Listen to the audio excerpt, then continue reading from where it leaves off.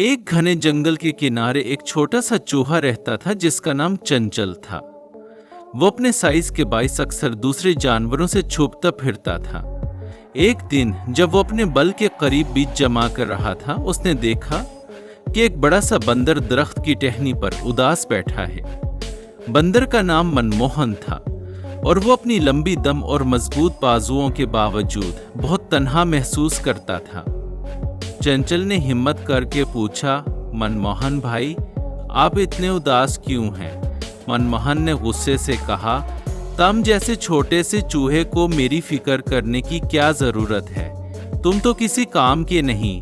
चंचल दिल टूट गया, लेकिन उसने सब्र से जवाब दिया, हर किसी का अपना अहमियत होती है, चाहे वो छोटा हो या बड़ा। कुछ दिन बाद मनमोहन को एक ऊंचे दरख्त पर लटका हुआ एक रस भरा आम नजर आया, लेकिन वो इस तक नहीं पहुंच पा रहा था क्योंकि टहनी बहुत पतली थी। चंचल ने यह मंजर देखा और चुपके से दरख्त के तने पर चढ़कर वहां तक पहुंच गया जहां आम लटक रहा था। उसने आम को काटकर नीचे गिरा दिया। मनमोहन हैरान रह गया, तुमने ये कैसे कर लिया? चंचल मुस्कुराया, आप बड़े हैं तो टहनी तोड़ सकते हैं, मैं छोटा हूं तो पतली टहनियों पर चल सकता हूं। एक दिन जंगल में एक शिकारी ने जाल बिछा दिया। मनमोहन जाल में फंस गया और जोर जोर से चलाने लगा। चंचल ने उसकी आवाज सुनी और फौरन अपने तेज दांतों से जाल काटना शुरू कर दिया। थोड़ी ही देर में जाल टुकड़े टुकड़े हो गया और मनमोहन आजाद हो गया। मनमोहन ने शर्मिंदा होकर कहा, मैंने तुम्हें कमजोर समझा था, लेकिन तुमने मेरी जान बचा ली। मौसम 12 में जब जंगल में सैलाब आया तो तमाम जानवरों को पहाड़ी पर पनाह लेनी पड़ी। वहां एक गहरा गड्ढा था जिसे पार करना जरूरी था।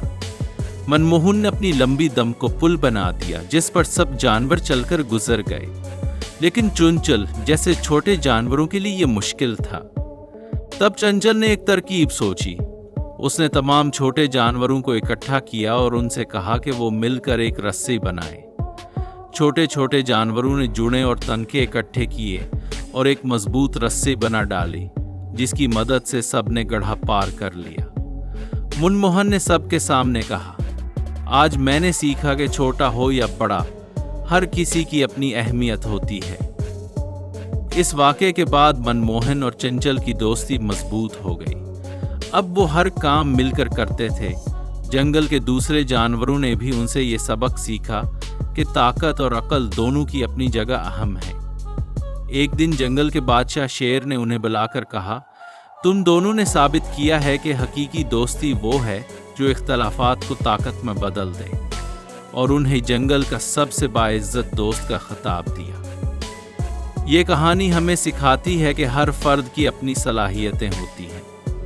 चूहे की चालाकी और बंदर की ताकत जब मिलती हैं तो मुश्किल से मुश्किल काम आसान हो जाता है। असल दोस्ती वो है जहां हम एक दूसरे के फर्क को कबूल करते हुए मिलकर काम करें।